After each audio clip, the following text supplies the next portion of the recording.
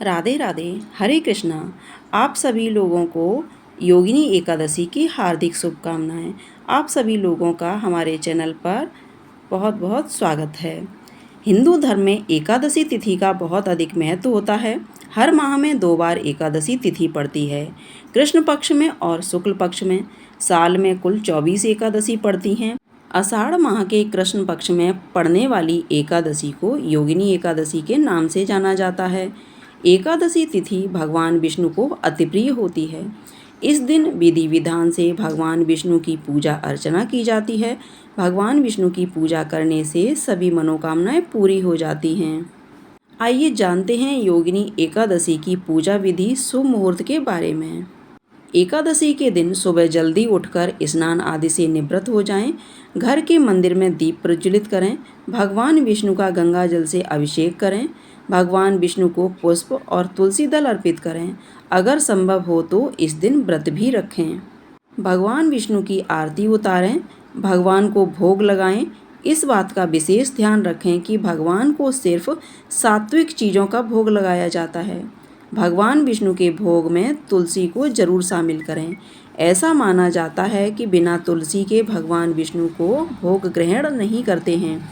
इस दिन भगवान विष्णु के साथ ही माता लक्ष्मी की पूजा भी करें। इस दिन भगवान का अधिक से अधिक ध्यान करें और मंत्रों का जाप करें। एकादशी तिथि से पहले दशमी तिथि के नियमों का पालन किया जाता है।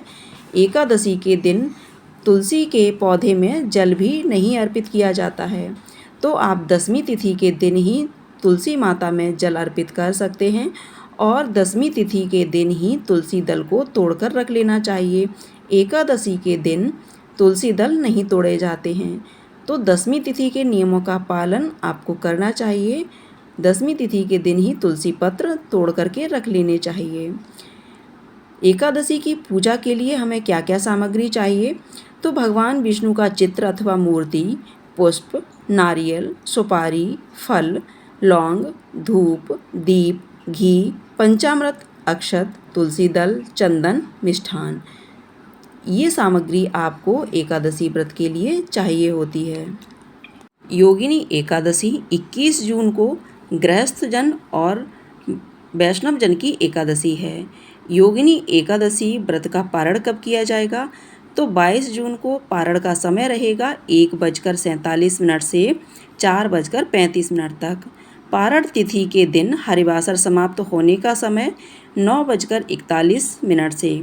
23 जून को एकादशी के लिए व्रत खोलने का समय 5:24 से 8:12 तक। पारण के दिन द्वादशी सूर्योदय से पहले समाप्त हो जाएगी। योगिनी एकादशी से जुड़ी एक मान्यता के अनुसार इस दिन स्नान के लिए धरती माता की रज यानी मिट्टी का इस्तेमाल करना शुभ होता है। इसके अलावा स्नान करने के पूर्व तिल के उपटन को शरीर पर लगाना चाहिए। एकादशी के दिन सुबह स्नान आदि से निवृत्त होकर व्रत का संकल्प लें। तत्पश्चात पूजन के लिए मिट्टी का कलश स्थापित करें। उस कलश में पानी, अक्षत और मुद्रा रखकर उसके ऊपर दिया रखें, उसमें चावल डालें। अब उस दिए पर भगवान विष्णु की प्रतिमा स्थापित करें। ध्यान रखें कि पीतल की प्रतिमा हो तो अति उत्तम। प्रतिमा को रोली अथवा सिंदूर का टीका लगाकर अक्षत चढ़ाएं। उसके बाद कलश के सामने शुद्ध देसी घी का दीप प्रज्वलित करें। अब तुलसी पत्र और पुष्प चढ़ाएं। तत्पश्चात फल का प्रसाद चढ़ाकर भगवान श्री विष्णु का विधि विधान से पूजन करें।